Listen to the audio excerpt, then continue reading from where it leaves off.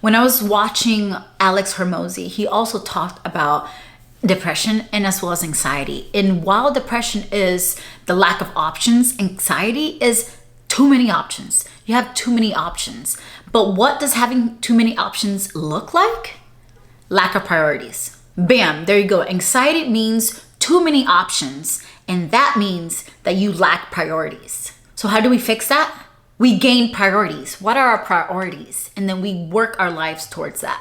Let's dig into the definition of anxiety. So anxiety means a mental health condition characterized by excessive worry, fear, or nervousness. In Atlas of the Heart, Brene Brown calls this places we go when things are uncertain or too much. And when it comes to anxiety, there's a quote here by Elizabeth Gilbert that says, "You are afraid of surrender because you don't want to lose control.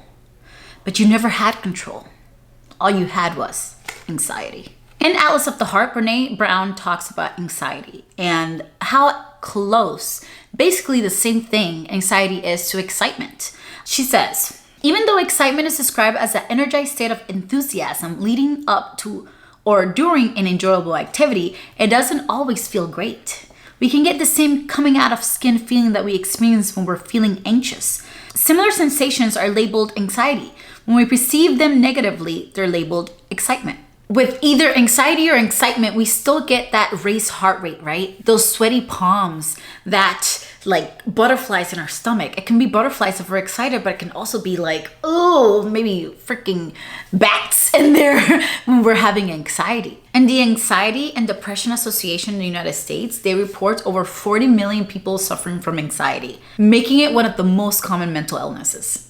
We also have to remember that our body keeps score and our brain sometimes plays tricks on us, whether subconsciously or unconsciously. We have to keep feeding it the outcomes that we want. And sometimes it's gonna take weeks and months and even years at some point to rewire our brain to, hey, we're safe. Hey, we don't have to be here.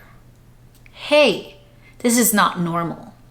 And you can really see that in the book, The Body Keeps Score. It also explains reasons of why people stay in really abusive relationships. Why do people that have been traumatized or suffer from trauma stay in trauma or are more connected or geared towards trauma? Because that's what they know.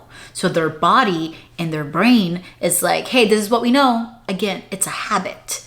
This is what we know, and our brain loves habit because it's easy. To break a habit is hard.